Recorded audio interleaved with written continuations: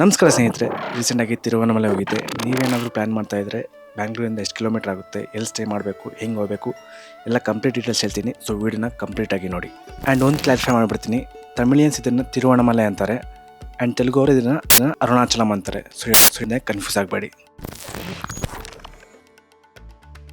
ಬ್ಯಾಂಗ್ಳೂರಿಂದ Tiruvannamalai almost 200 kilometres ಇದೆ. By road ನೋಡೋದಾದರೆ around 4 to 5 ಅವರ್ಸಲ್ಲಿ ಆರಾಮಾಗಿ ರೀಚ್ ಆಗ್ಬೋದು. ಕುಪ್ಪಮಿಂದ ಒಂದು ರೂಟ್ ಇದೆ, ಹೊಸೂರಿಂದ ಒಂದು ರೂಟ್ ಇದೆ. ಯಾವ ರೋಡಲ್ಲಿ ಬಂದರೂ ಕೃಷ್ಣಗಿರಿಯಲ್ಲಿ ಮೀಟ್ ಆಗ್ತೀರಾ. ಸೊ ನಿಮಗೆ ಯಾವುದು ಈಸಿ ಆಗುತ್ತೋ, ಯಾವ್ದು ಹತ್ರ ಆಗುತ್ತೋ ಆ ರೂಟ್ನ ಸೆಲೆಕ್ಟ್ ಮಾಡಿ. ಆ್ಯಂಡ್ ಕೃಷ್ಣಗಿರಿಯಿಂದ ತಿರುವಣ್ಣಾಮಲೈ ಒಂದೇ ರೂಟ್. ಇನ್ನು ನೀವೇನಾದರೂ ಬಸ್ಸಲ್ಲಿ ಹೋಗ್ತೀನಿ ಅಂದರೆ ಮೆಜೆಸ್ಟಿಕ್ಕಿಂದ ಸ್ಲೀಪರ್ ಬಸ್ಸಸ್ ಕೂಡ ಅವೈಲೇಬಲ್ ಇದೆ, ನಾರ್ಮಲ್ ಸೀಟರ್ ಬಸ್ಸಸ್ ಕೂಡ ಅವೈಲೇಬಲ್ ಇದೆ. 300 to 500 ರೇಂಜಲ್ಲೇ ಇರ್ತದೆ. ಸೊ ಆರಾಮಾಗಿ ಹೋಗ್ಬೋದು.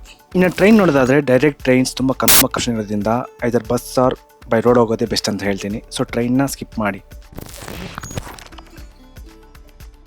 ನೀವೇನಾದರೂ ಗಿರಿ ಪ್ರದಕ್ಷಿಣೆ ನೈಟ್ ಮಾಡೋಂಗಿದ್ರೆ ದೇವಸ್ಥಾನ ಹತ್ರವೇ ಉಳ್ಕೊಂಡ್ರೆ ಬೆಟರ್, ಬಿಕಾಸ್ ಅಲ್ಲಿಂದ ಈಸಿಯಾಗಿ ಹೋಗ್ಬೋದು. ಆ್ಯಂಡ್ ದೇವಸ್ಥಾನ ಹತ್ರ ತುಂಬ ಹೋಟೆಲ್ಸ್ ಕೂಡ ಇದ್ದಾವೆ.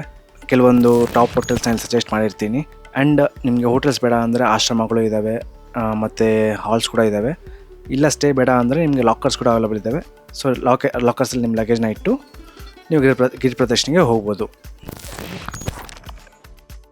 Arunachalam is one of the amazing place. ನೀವೇನಾದರೂ ಅರುಣಾಚಲ ಗಿರಿ ಪ್ರದಕ್ಷಿಣೆ ಮಾಡಿದರೆ ಸಾಕ್ಷಾತ್ ಶಿವನ್ ಸುತ್ತ ಪ್ರದಕ್ಷಿಣೆ ಮಾಡ್ದಂಗೆ. ಈ ಅರುಣಾಚಲ ಬೆಟ್ಟದ ಹಿಸ್ಟ್ರಿ ನೋಡಿದ್ರೆ ಜಿಯೋಲಾಜಿಕಲ್ ಸರ್ವೆ ಪ್ರಕಾರ ಇದು ಹಿಮಾಲಯಸ್ಗಿಂತ ಹಳೇದಂತಾರೆ. ಸೊ ಇದೊಂದು ಕಂಪ್ಲೀಟ್ ಡಿಫ್ರೆಂಟ್ ಸ್ಟೋರಿ ಆ್ಯಂಡ್ ಇದಕ್ಕೆ ಒಂದು ಸಪ್ರೇಟ್ ವಿಡಿಯೋ ಮಾಡ್ತೀನಿ. ಸೊ ಈಗ ಗಿರಿ ಪ್ರದಕ್ಷಿಣೆ ನೋಡೋಣ. ಸೊ ನೀವೇನು ಈ ಮ್ಯಾಪಲ್ಲಿ ನೋಡ್ತಾ ಇದ್ದೀರಲ್ಲ, ಸೊ ಇದೇ ಬಂದು ಗಿರಿ ಪ್ರದಕ್ಷಿಣೆ. ಟೋಟಲ್ ನಿಮಗೆ 14 ಕಿಲೋಮೀಟರ್ಸ್ ಇರ್ತದೆ. 14 ಕಿಲೋಮೀಟರ್ಸ್ ನಿಮಗೆ 44 ಎನರ್ಜಿ ಪಾಯಿಂಟ್ಸ್ ಸಿಗ್ತವೆ. 44 ಎನರ್ಜಿ ಪಾಯಿಂಟ್ಸ್ ಬಿಟ್ಟು ನಿಮಗೆ 8 ಅಂದರೆ ಅಷ್ಟಲಿಂಗಗಳು ಸಿಗ್ತವೆ. ಅಷ್ಟಲಿಂಗದ ದರ್ಶನ ಕೂಡ ಮಾಡ್ಬೋದು ನೀವು. ಗಿರಿ ಪ್ರದಕ್ಷಿಣೆ ನೀವು ಐದರ್ ಅರ್ಲಿ ಮಾರ್ನಿಂಗ್ ಅಥವಾ ಲೇಟ್ ಈವ್ನಿಂಗ್ ಮಾಡಿದ್ರೆ ಬೆಟರ್ ಅಂತ ಹೇಳ್ಬೋದು, ಬಿಕಾಸ್ ಮಧ್ಯಾಹ್ನ ಹೊತ್ತು ಬಿಸಿಲು ಜಾಸ್ತಿನೇ ಇರ್ತದೆ.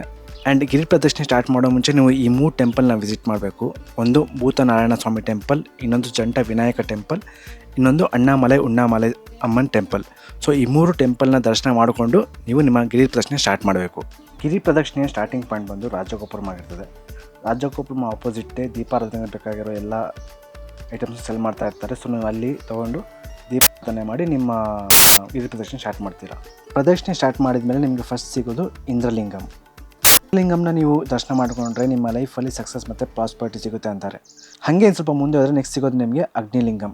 ಅಗ್ನಿಲಿಂಗಮಲ್ಲಿ ದರ್ಶನ ಮಾಡಿಕೊಂಡ್ರೆ ನಿಮ್ಮ ಪಾಪಗಳು ನಿವಾರಣೆ ಆಗಿ ಮನಸ್ಸು ಶುದ್ಧಿ ಆಗುತ್ತದೆ. ಹಾಗೆ ಮುಂದೆ ಹೋಗ್ತಾ ನಿಮಗೆ ರಮಣ ಮಹರ್ಷಿ ಆಶ್ರಮ ಸಿಗುತ್ತದೆ. ರಮಣ ಮಹರ್ಷಿ ಆಶ್ರಮದಿಂದ ನೀವು ಸ್ಕಂದಾಶ್ರಮ ಕೂಡ ಹೋಗ್ಬೋದು. ಆ್ಯಂಡ್ ಅಲ್ಲಿಂದ ಎಂಟೈರ್ ಅರುಣಾಚಲಂ ವ್ಯೂ ಕಾಣಿಸ್ತದೆ ನಿಮಗೆ. ಸೊ ಇದು ಕೂಡ ಅದ್ಭುತವಾಗಿರ್ತದೆ. ಆ್ಯಂಡ್ ನೀವು ರಮಣ ಮಹರ್ಷಿ ಆಶ್ರಮದಲ್ಲಿ ಸ್ಟೇ ಕೂಡ ಮಾಡ್ಬೋದು, ಬಟ್ ಒಂದು 2-3 ಮಂತ್ಸ್ ಪ್ಯಾಕ್ ಬುಕ್ ಮಾಡಿರಬೇಕು. ಇದಾದಮೇಲೆ ನಿಮಗೆ ಸಿಗೋದು ಯಮಲಿಂಗಂ. ಯಮಲಿಂಗಂನ ದರ್ಶನ ಮಾಡಿಕೊಂಡ್ರೆ ನಿಮ್ಮ ಭಯ ಮತ್ತು ಏನಾದರೂ ಅಡಚಣೆಗಳಿದೆ ದೂರ ಆಗುತ್ತೆ ಅಂತಾರೆ. ಯಮಲಿಂಗಂನ ದರ್ಶನ ಮಾಡಿಕೊಂಡು ನೆಕ್ಸ್ಟ್ ಹಿಂಗೆ ಮುಂದೆ ಹೋದರೆ ನಿಮಗೆ ನೈಋತ್ಯ ಲಿಂಗಂ ಕಾಣಿಸುತ್ತೆ. ನೈಋತ್ಯ ಲಿಂಗಂ ರಾಕ್ಷಸರ ರಾಜ ನೈಋತ್ಯ ಅಮೌಂಟ್ ಪ್ರತಿಷ್ಠಾಪಿಸಿರ್ತಾನೆ.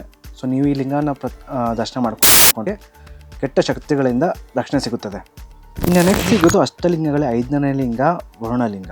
ಈ ವರುಣಲಿಂಗ ದರ್ಶನ ಮಾಡೋದ್ರಿಂದ ನಿಮಗೆ ಮನಃಶಾಂತಿ ಮತ್ತು ಲೈಫಲ್ಲಿ ಎಮೋಷ್ನಲ್ ಬ್ಯಾಲೆನ್ಸ್ ಸಿಗ್ತದೆ. ವರುಣಲಿಂಗಂ ಆದಮೇಲೆ ನಿಮ್ಗೆ ಸಿಗೋದು ವಾಯುಲಿಂಗಂ.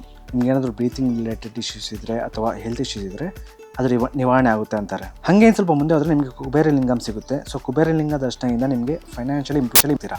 ಕುಬೇರಲಿಂಗ ಆದಮೇಲೆ ನಿಮಗೆ ಮೋಕ್ಷ ಮಾರ್ಗ ಸಿಗುತ್ತೆ. ಈ ಮೋಕ್ಷ ಮಾರ್ಗದಲ್ಲಿ ನೀವು ದೂರ್ಕೊಂಬಂದರೆ ನೀವು ಮಾಡಿರೋ ಪಾಪಗಳು ನಿವಾರಣೆ ಆಗಿ ಮೋಕ್ಷ ಸಿಗುತ್ತೆ ಅಂತಾರೆ. ಇದಾದಮೇಲೆ ಅಷ್ಟಲಿಂಗಗಳಿಗೆ ಕೊನೆಯ ಲಿಂಗ ಈಶಾನ್ಯ ಲಿಂಗಂ ಸಿಗುತ್ತೆ. ಈ ಲಿಂಗ ದರ್ಶನದಿಂದ ಆಧ್ಯಾತ್ಮಿಕ ಬೆಳವಣಿಗೆ ಮತ್ತು ಮೋಕ್ಷವನ್ನು ನೀಡುತ್ತದೆ ಅಂತಾರೆ. ಈ ಅಷ್ಟಲಿಂಗಗಳ ದರ್ಶನ ಆದಮೇಲೆ ಇನ್ನೊಂದು 2 ಕಿಲೋಮೀಟರ್ಸ್ ನಡೆದರೆ ರಾಜಂ ಕಾಣುತ್ತೆ. ಅಂದರೆ ನೀವು ಎಲ್ಲಿ ಸ್ಟಾರ್ಟ್ ಮಾಡಿರ್ತೀರೋ ಅಲ್ಲಿಗೆ ವಾಪಸ್ ಬರ್ತೀರಾ. ಇಲ್ಲಿಂದ ದೇವರ ದರ್ಶನ ಮಾಡಿಕೊಂಡು ವಾಪಸ್ ನಿಮ್ಮ ಸ್ಟೇಗೆ ಹೋಗಿ ರೆಸ್ಟ್ ಮಾಡ್ಬೋದು. ಇಲ್ಲಿಗೆ ಲಕ್ಷಾಂತರ ಜನ ಪ್ರದಕ್ಷಿಣೆ ಆಗ್ತಾ ಇದ್ದಾರೆ ಅಂದರೆ ಇದೊಂದು ನಾರ್ಮಲ್ ಪ್ಲೇಸ್ ಅಲ್ವೇ ಅಲ್ಲ. ಬಟ್ ನೀವೊಂದು ಪ್ರದಕ್ಷಿಣೆ ಆಗಿದ ತಕ್ಷಣ ಎಲ್ಲ ಪ್ರಾಬ್ಲಮ್ಸ್ ಕೂಡ ಸಾಲ್ವ್ ಆಗುತ್ತೆ ಅಂತ ಕೂಡ ಅಲ್ಲ. ಬಟ್ ಆ ಓಪನ್ ಸಿಗುತ್ತಲ್ವ, ಅದು ತುಂಬ ಇಂಪಾರ್ಟೆಂಟ್ ಅಂತ ಹೇಳ್ತಾ ಈ ವಿಡಿಯೋನ ಇಲ್ಲಿಗೆ ಎಂಡ್ ಮಾಡ್ತಾ ಇದ್ದೀನಿ. Thank you.